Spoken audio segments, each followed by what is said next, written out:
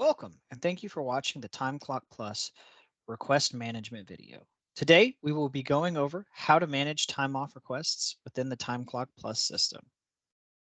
To navigate to the request feature, you can navigate via the Jump to Requests from the pending time off request widget if you have it on your dashboard, or via the main menu by Tools, Requests, Request Manager. From here, the Request Manager will allow us to look at a lot of different information.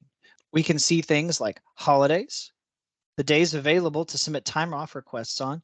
We can also navigate months by the single arrow and year by the double arrow.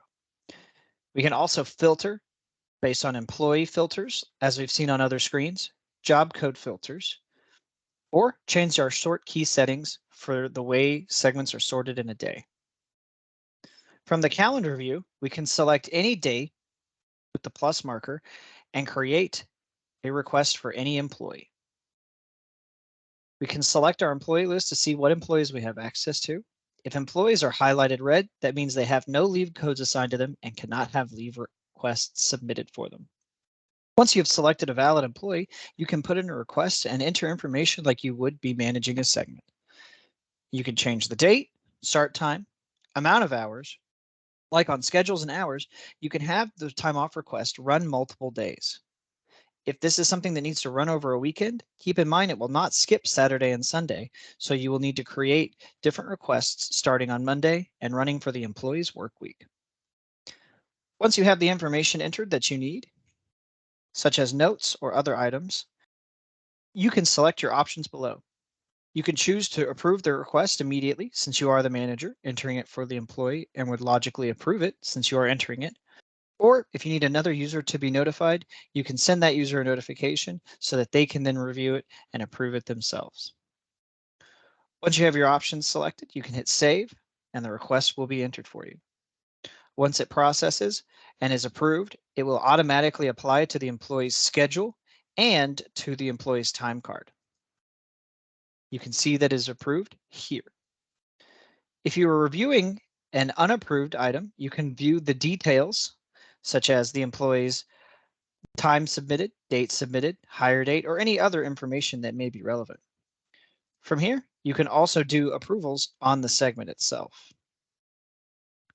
From here, you can also see who has approved these requests and at what time. You could also view accruals for the employee to identify if they have enough hours to be able to accept that request. Let's submit an unapproved request.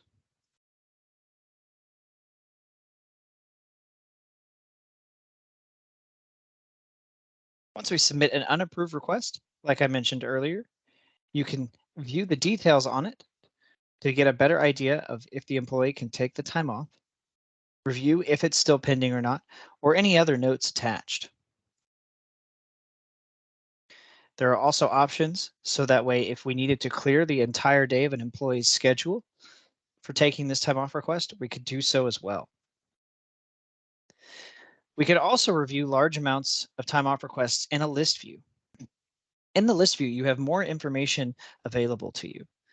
Here we can also immediately see what time it was requested, how many days notice were given ahead of time, and other information in case we were approving time on a first come, first served basis. Here, like a segment, we can also right click on it and approve or deny as necessary.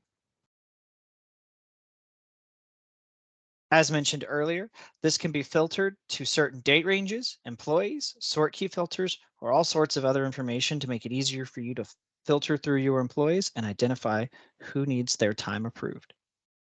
This concludes the time off management training.